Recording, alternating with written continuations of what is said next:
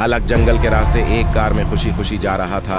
उसकी बीवी और बच्चे साथ गाना गा रहे थे, मगर खतरा करीब था। अंधेरे महल में जंगल का बादशाह खबर सुनता है और अपने खतरनाक जानवर बॉडी गार्ड्स को हलक के पीछे भेज देता है।